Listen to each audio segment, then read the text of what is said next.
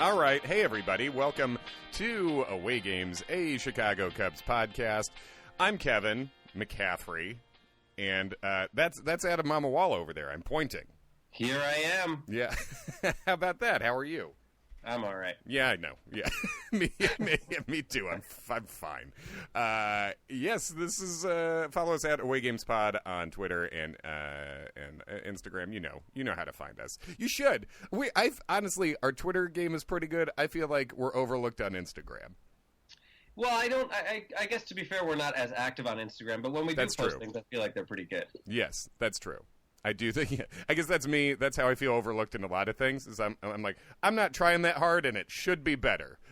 It's basic. I think personally, my Instagram presence is much better than my Twitter presence. I think you've got a good Twitter thing going. Yeah, right. I sort of lean. Twitter's my first go-to more so, which maybe that's a little bit of our slight age difference. That could be. You know, I think that plays. I'm 73 years old. Adam is 24, and we're having a great time out here. Just again, where can people follow us on TikTok, Kevin? They can follow us.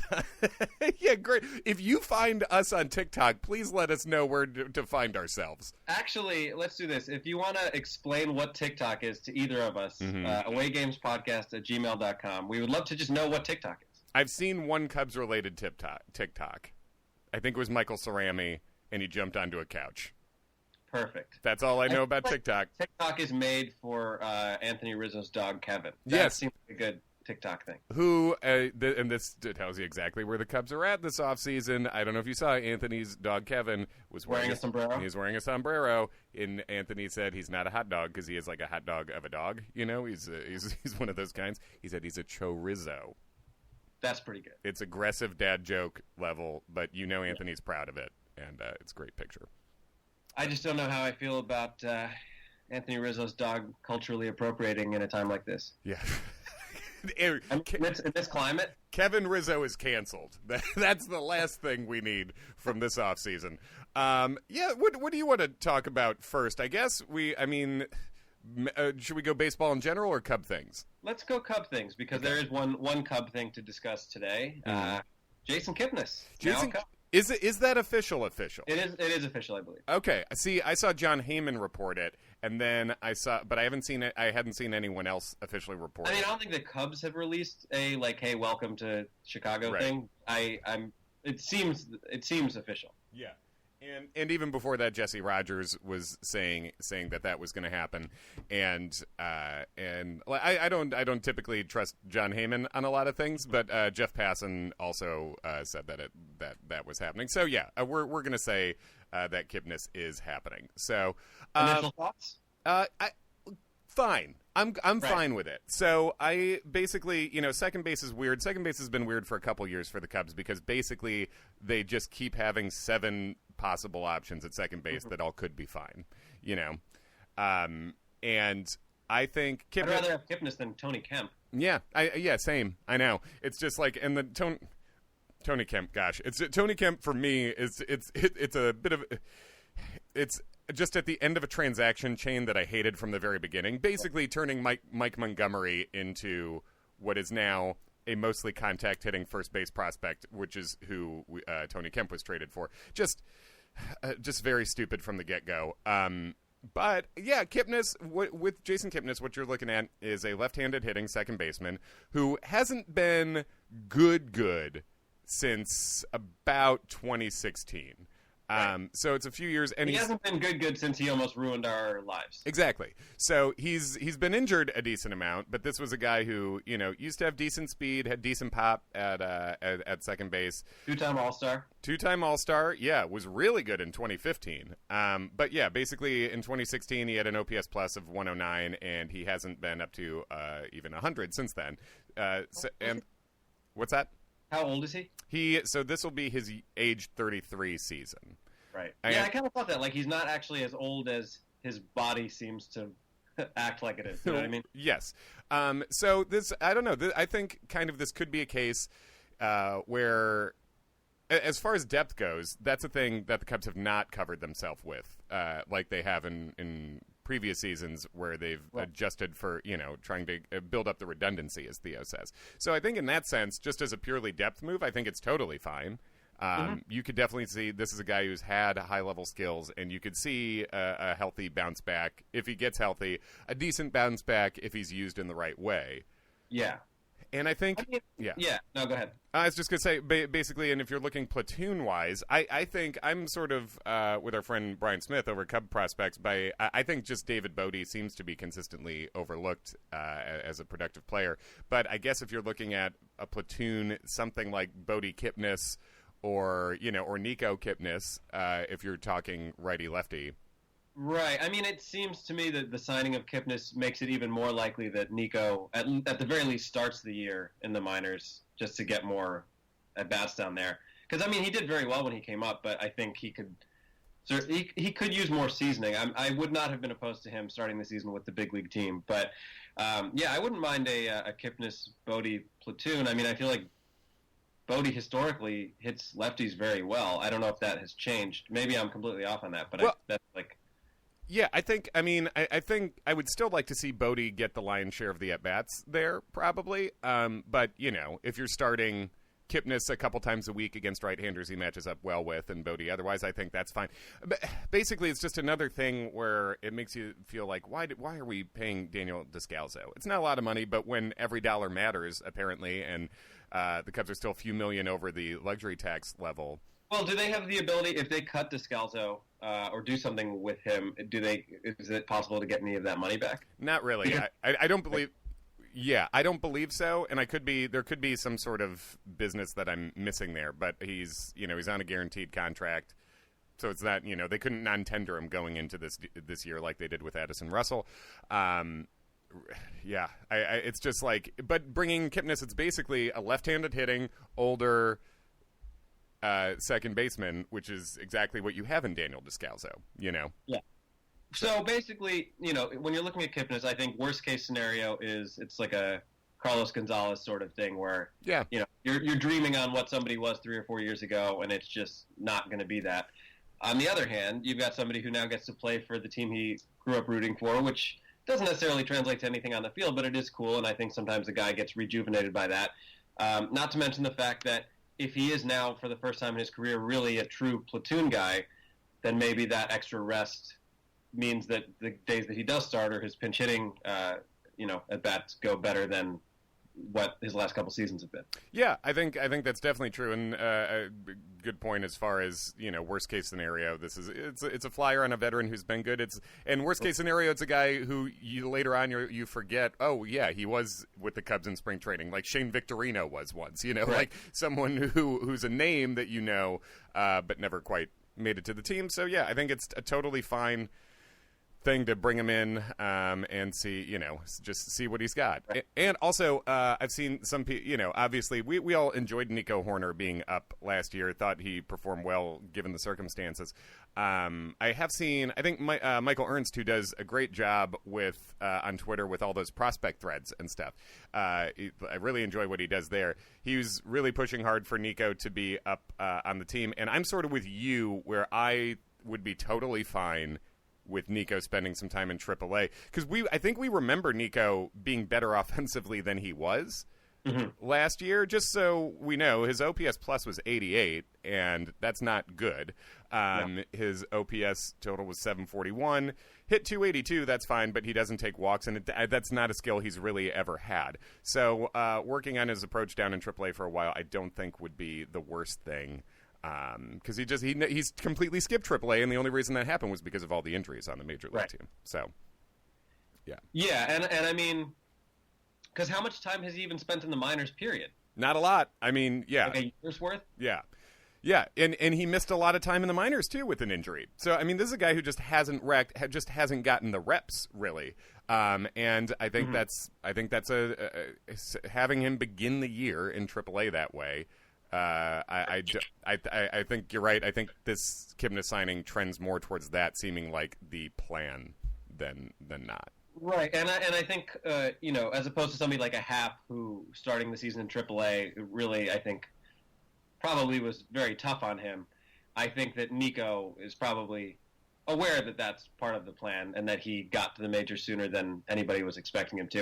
And I also think he strikes me as the kind of guy who, like, even though it wasn't part of the plan, him having gotten that time last year in a pennant race is only going to help him moving forward. I think so too. I think he feels like he belongs, and that's good. Yeah. And he feels like he belongs, and like you say, I think it's different from the Hap situation where Hap was kind of blindsided, I think, and it was a real hard thing to go through, and then he came back and was awesome. But I think if Nico starts the year in AAA, I think he'd be disappointed naturally, but I also think he'd know this is temporary, you're coming up pretty soon, and it wouldn't be that bad. Yeah. Well, and I hope Hap starts the season as the almost everyday center fielder. I know that Me too. He's not always been great there, but you know, it's a weird situation because on one hand, I don't want the Ricketts to be rewarded for their inaction. Mm-hmm. In terms of just what my hopes are as a Cubs fan, I'm hoping that the Cubs come into the season with a little bit of a chip on their shoulder, in the sense that a lot of us fans have kind of been like, well, we're not looking at that great of a team because there hasn't really been anything done. And the core of that team, assuming Bryant doesn't go anywhere, and I hope he doesn't, with Rizzo and Bryant and Baez and even guys like Hap, like, I'm hoping they say to themselves, yeah, we're still a pretty goddamn good team. Yeah. Like, there's no reason we can't be very competitive. No, and even Cub Hayden Pacoda has the Cubs pegged as the number 2 team in the division. The Pacoda Really? Projections came out this year, and I think they have the Cubs for 85 wins, which, correct me if I'm wrong, that's more than they had them pegged for last year. Yeah, last year they had them at 78 and they won 84. Yeah. And so this year 85, so they'll win 78. Yeah, yes, exactly. But I think that it's a good reminder that, you know, these guys are good. This is still, it is a good roster. What's frustrating is that it hasn't been strengthened in the way in as, you know, committed a way as I think many of us would like to see. And they're still in this weird middle ground where they have not reset the luxury tax yet. So so not only have they not spent money, but they also haven't gotten beneath the tax. Now they can do that before the end of the year. So I think it's this weird kind of wishy-washy hang around, which I can see the strategy for, I just don't like, where if they're not performing around the middle of the year, then they bail on they trade salary, you know. Yeah, I guess just in thinking about how last year went, it would be hard to not characterize the last couple weeks of the season as somewhat of a choke. But at the same time, you're playing without Rizzo or with a very injured Rizzo. You're playing without Baez, and You're playing with a closer who can't close games. Yeah. So, you know, sure, losing Yelich didn't seem to affect the Brewers, so you can only make so many excuses. But a lot had to go wrong for someone like Nico to even be up in September. Yeah. And so, you know, you can't assume health, but I feel like there's some reason for optimism despite the complete inaction of the front office. Yes. Yeah, and I think, and then I guess the other main Cubs thing that I saw was that was basically Joe Maddon did an interview with ESPN, and then Theo talked about it a little bit. I feel like a lot of the headlines I saw about this made this seem more dramatic than it actually was. Right. Basically, Joe alluded to the fact that he felt like he wasn't the guy Theo wanted, that Theo wanted to be more involved on a day-to-day basis and was sort of less hands-off, and Theo basically said that's never been the case. I think it was that Theo said he never wants to be involved in the really telling a manager how to manage. Yeah, it was something kind of cryptic where he was like, yeah, only 2 times in my almost 20 years have I had to, like, directly involve myself, and I would rather not do that. And then they asked him to clarify, and he's like, well, I think you can, you know, based on what Joe said, you can infer what I mean. Right. Basically that, he had to. That he felt he had to, like, intercede at some point. Right. Yeah. And that you know, Theo also said that basically Joe's thought was that these are good players and they'll be good and it'll be fine, and that was enough. And I mean, you know, I was someone who did not think Joe Maddon was the problem, and if him being hands off with a team that had a lot of champions on it is enough of a problem for them to underperform like that, I think the problem's still not him. You know, that's really depressing coming from the players. They should be professionals. But if they're not, I mean, you know, I can see the idea behind getting Ross in there and changing it up. Yeah, I really feel like this entire era of Cubs baseball hinged on that weird ending of the 2018 season. I feel like that completely changed the trajectory of everything. Yeah, one more good playoff run. Who knows what it could have been. Yeah. Because after that, then you have that weird kind of like, we're going to have to make some changes and kind of, the typical overcorrecting that you see after a really disappointing end to a season where they're like, we want him to be more involved and we're going to challenge Joe to be more hands-on. And it's like, well, but those aren't the things that he did to win 95-plus games 3 years in a row. And now you're asking him to fundamentally change the way he runs a team. Right. Yeah. So I think it's good where it's totally understandable. These guys who highly competitive, 2 Hall of Famers who work together for 5 years have disagreements about how they left, but it's not like bad blood. It seems like, they both are like, no, I like the guy, Yeah. Here's one more. This is the pie in the sky dream scenario for Kipnis, because I described the best scenario as him just being good. Here's the true best scenario. Yeah. All right, you ready for this? Yes. Go on this ride with me. Cubs Yankees. Yeah. World Series. Cubs have home fields. Don't ask me how. Sure. The Yankees are going to win 110 games this year. Yep. Game 7. I mean, they'll get a home. Okay, Game 7. I was going to say they're going to get a home game at least. So, yeah.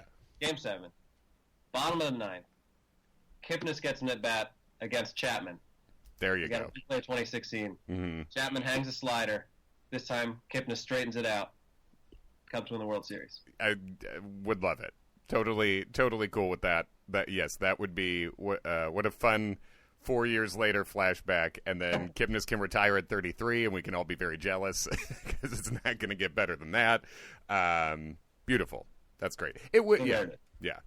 It would be nice to see Chapman give up a homer like that in Wrigley. Yeah, because I enjoyed him giving up the home run to Altuve, but now it's tainted. I know. Yeah. God. Yeah, that team sucks. So I guess, all right, should we talk any other Cubs-specific things before we get into just the general MLB business? No, I mean, any of the other Cubs stuff is just conjecture about the coming year, which there will be plenty of time for in the next month. Right. All right, so I guess the main thing... the main thing is the playoff proposal. I guess we can knock out the little Astros things. I guess Marwin Gonzalez came out said he felt remorse. So him and Dallas Keuchel of the White Sox are really the only former Astros who've come out and said anything approaching the fact that, like, whoops, our bad, we cheating, Yeah, but again, I think Keuchel's response was more along the lines of like, yeah, but we didn't do it every game. Gotcha. Yeah, and Marwin... Sure, I cheated on you, but not every day. There were times I wasn't boning. And I had to try not to. Yeah. This is very... And it seemed like Marwin's statement here is just like... Yeah, it's what everyone thinks, Yeah, what everyone thinks happened. Well, the latest report is that Beltran and Cora, but Beltran specifically, were the ones who were like really, really involved in like, no, this is what we're doing. And I mean, for Beltran, it was the 20th year of his career. I'm sure he really wanted a ring badly. Mm-hmm.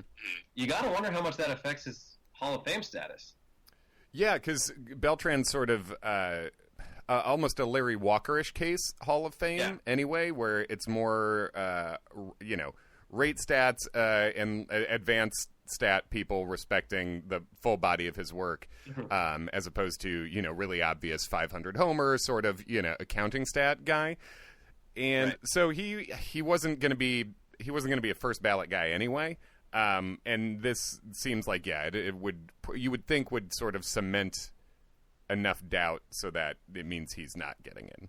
Yeah. And so basically what the report was that he and Cora and specifically Beltran wanted to institute this, and that even when more veteran guys like Brian McCann tried to step up and say like, hey, this is not right, they were shut down. And I think there was a quote from, I think his name is Joe Musgrove. He's like a pitcher on the Pirates now, who was like, look, I was a rookie pitcher. Like, what am I going to say to someone like Carlos Beltran? And it really, I've made this comparison a number of times, but it is like working for the police or something. Like, if you're the rookie cop on the patrol and your police chief is doing some fucked up stuff, what is your recourse, really? Yeah, because it's very,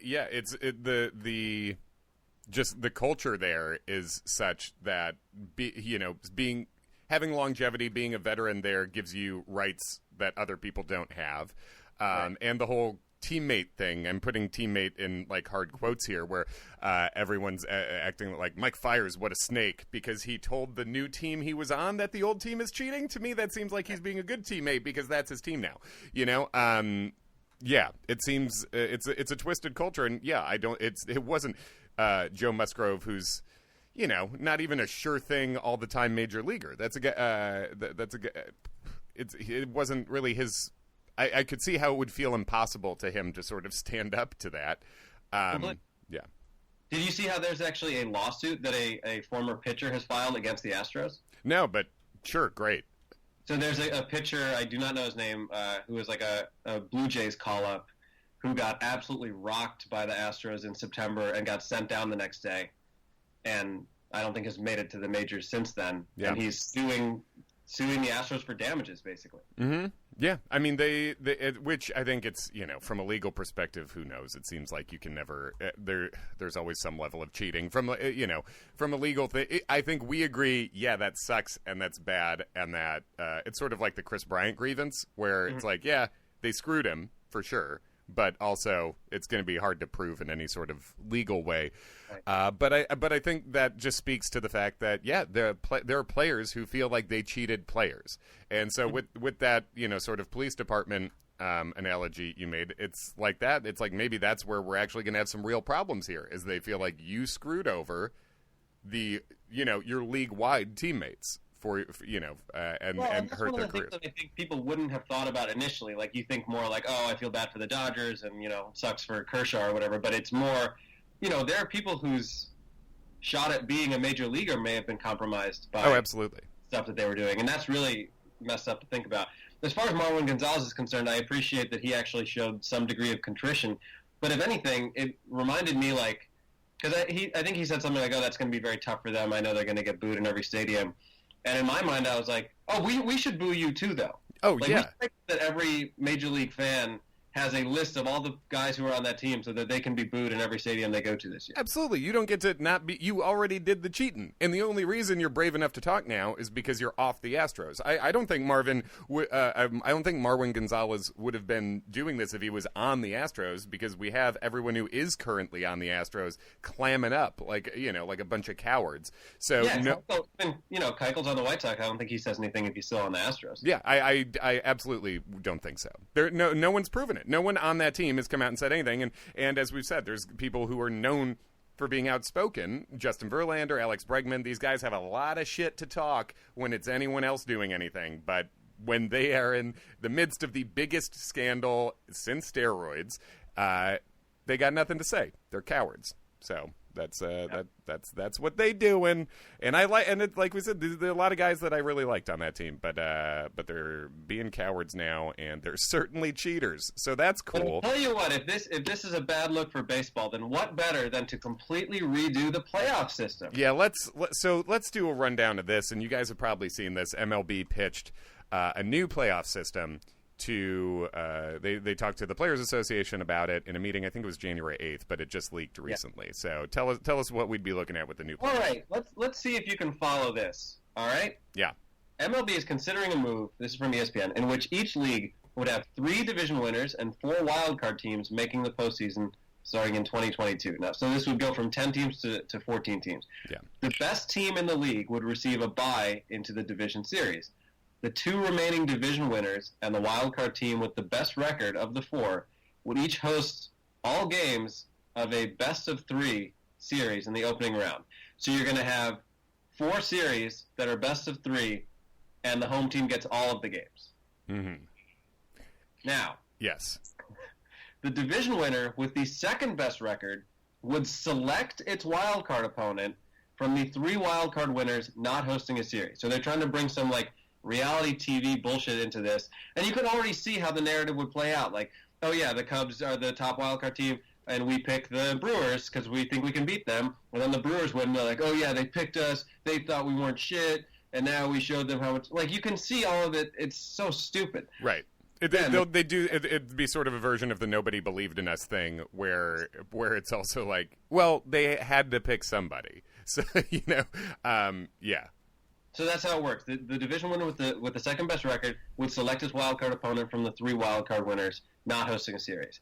Then the division winner with the worst record would choose its opponent from the remaining 2 wildcard teams, and then the final matchup would have the wildcard winner against the remaining whoever's wildcard team.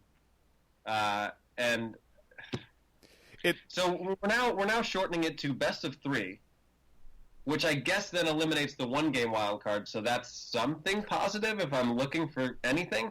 Yeah. So I have this is a lot to take in, which is one of my main problems with this pitch is how much it is. Making things more complicated and more difficult to explain to me doesn't make anything more accessible to fans. Doesn't make anything more exciting when where it's just adding confusion to the process. Also, I've been a little surprised within Cubs Twitter and people I like very much how much I've seen sort of the response of like, well, you got to be okay with some change. I think we're just reacting too hard to not liking this. No. There's a lot of bullshit in here. It doesn't mean you're anti-changing anything. This is adding a lot of wrinkles. First, I think the choosing your opponent thing is what makes me the angriest.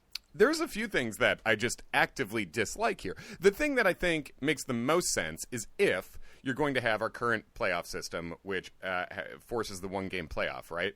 To me, sure, make that a 3-game playoff. Because baseball, what I love about the 1-game playoff is when it happens because after 162, you're still tied.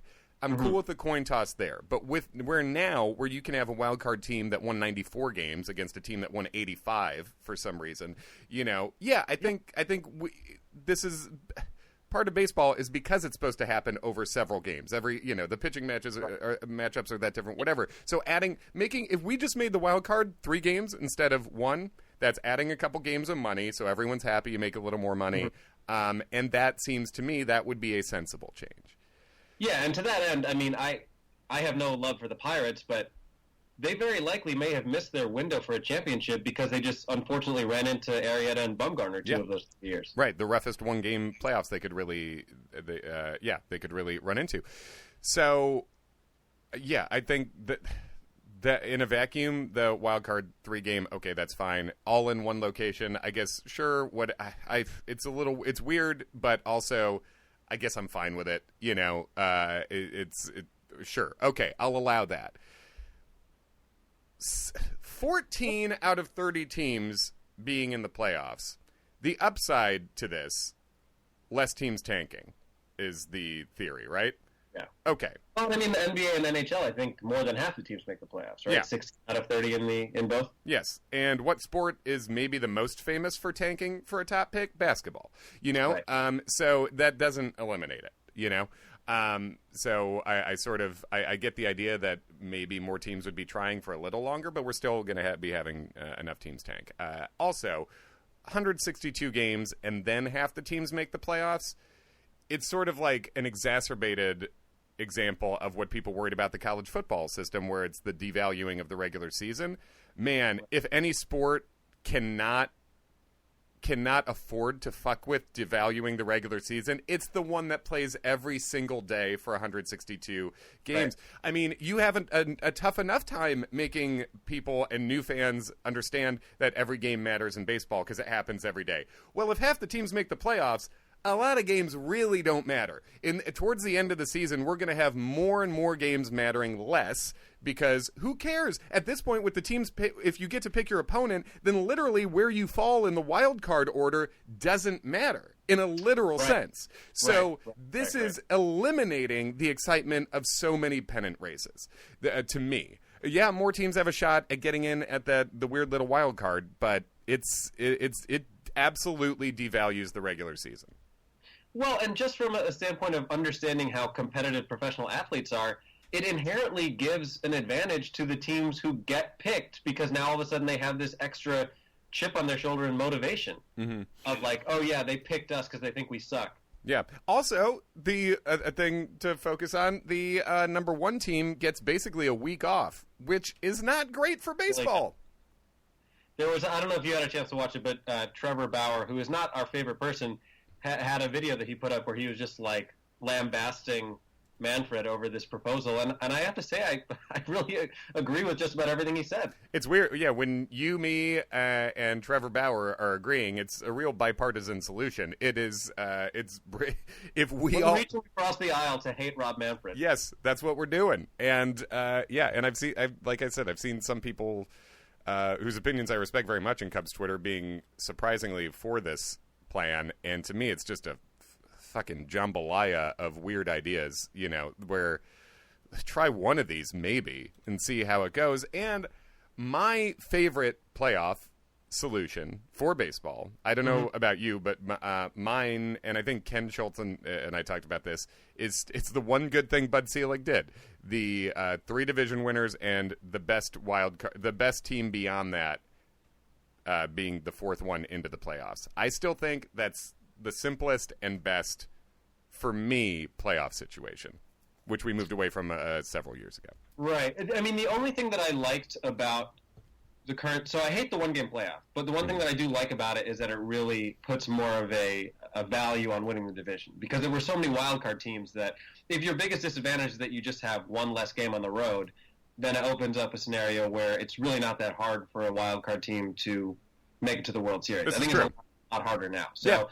I like the way things used to be in terms of just having the 3 division winners and one wildcard team. The only thing I would change is that if we went back to that, I would want it so that the wildcard team has like 1 home game and the division winner has 4. I think that makes sense. 1, 2.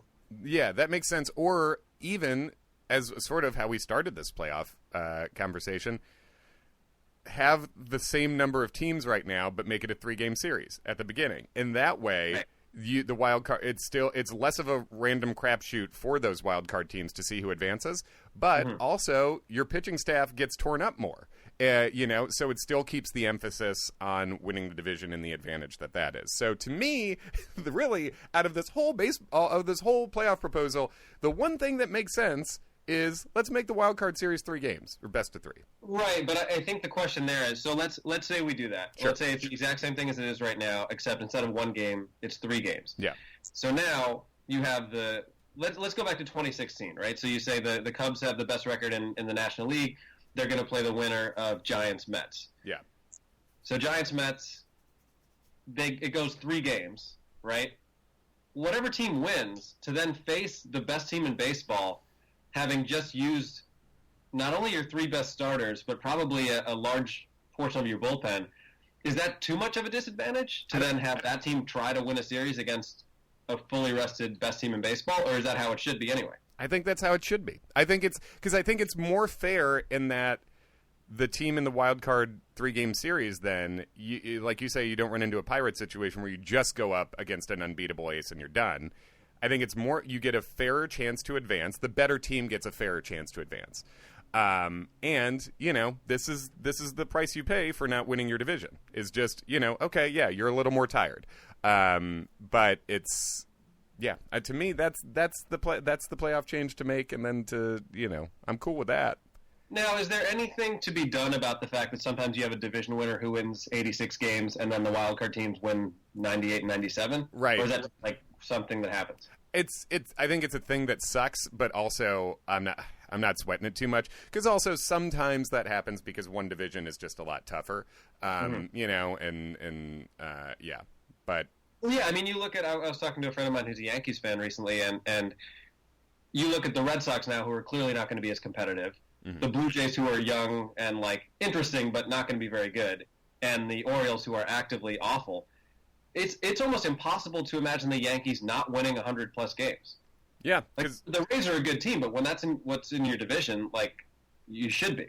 Yeah, right. And then the AL West, you have a situation where the teams are all either good or actively trying.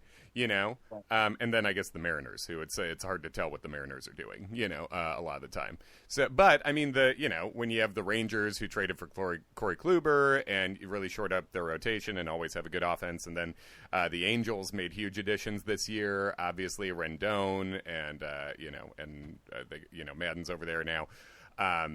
And then the A's just keep winning 97 games. And then you've got the Astros, who are both good and cheat. So, but yes, you have the AL West like that. And then the AL East, where basically it's the Yankees, Rays, and then a big drop-off, probably. Especially now that the Red Sox have replaced the second best player in baseball with Kevin Pillar on a contract just now. So Kevin Pillar has made some of the best center field catches in the past decade, but I would go so far as to say that he's not as good as Mookie Betts. Yes. I mean, the difference between them in straight-up wins is, probably 2 places in a division.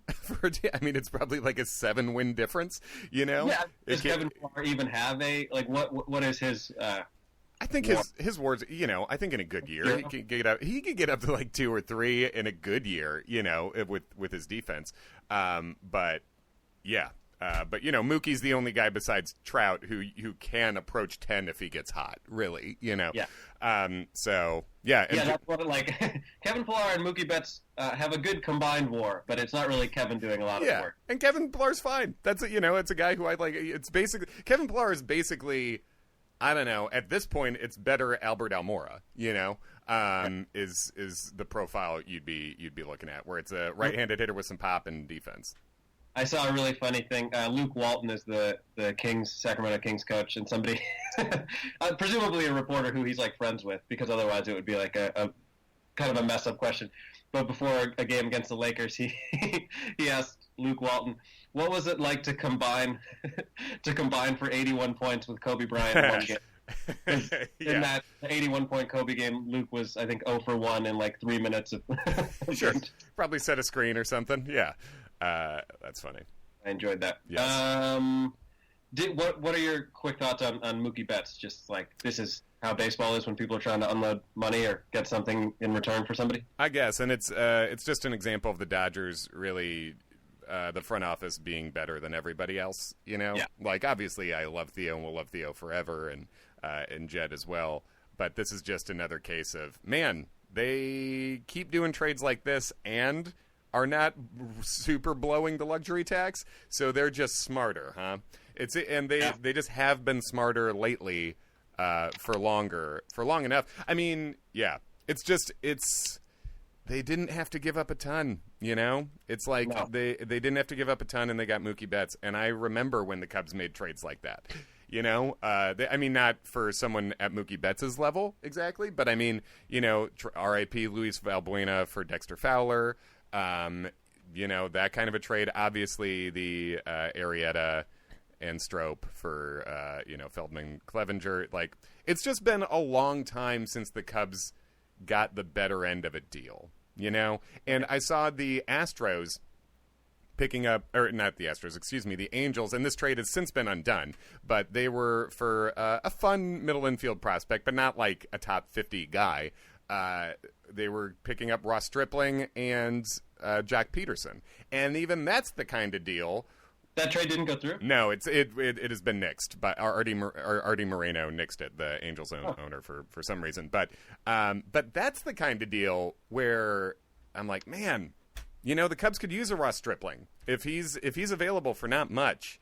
That would be, to me, that would be neat. And it's just been so I think I basically have envy over this Mookie Betts deal. Obviously, Mookie Betts is probably, outside of Mike Trout, that's the one guy, God, I would just love to see on the Cubs forever. Yep. That out of everyone who's not on the Cubs, that would be my number one pick. So I have envy about that, and I have envy about every piece of that deal, about what they gave up, what they didn't give up, etc. So that's it. Yeah, it's hard to imagine the Dodgers not being the odds-on favorites for the World Series, but, baseball's weird. Yeah. And sometimes people cheat. Yes, a bunch, apparently. Cool. All right. Any parting thoughts? My parting thoughts are you should go spend your money at Thrive Fantasy. Yeah, you should, because they, you don't even have to know You don't have to be an expert on every single team. What Thrive Fantasy does is they build individual prop bets that you can assemble your list of bets with these props that they do the work for you. They present these specific ideas to you, and you get to pick either or, you know? Yeah, use promo code AWAYGAMES to get a bonus $10 on your first deposit of $10 or more. And you know what? Go have some fun. Go make some weird bets on like the dunk contest or the 3-point contest this weekend. Have some fun. Yeah, you can do that. Hit them up. Use our code. You get free money if you do. Away Games, and Away Games is the code. And yeah, gamble. Yeah, the only thing weirder than MLB's playoff proposal is the new NBA All-Star Game format. So go check that out and make some weird bets. Yeah, go.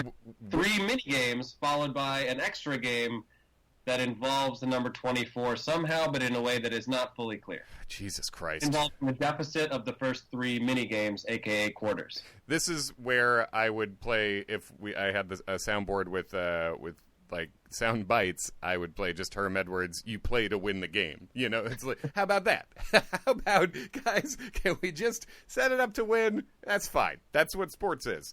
Anyway. And if I had a soundboard, this was the point where I would play the clip of Leah saying it's a playground for the cocksuckers. Hell yeah. Follow us at Away Games Pod on Twitter, Instagram. Thanks for listening, everybody. We'll talk to you next week.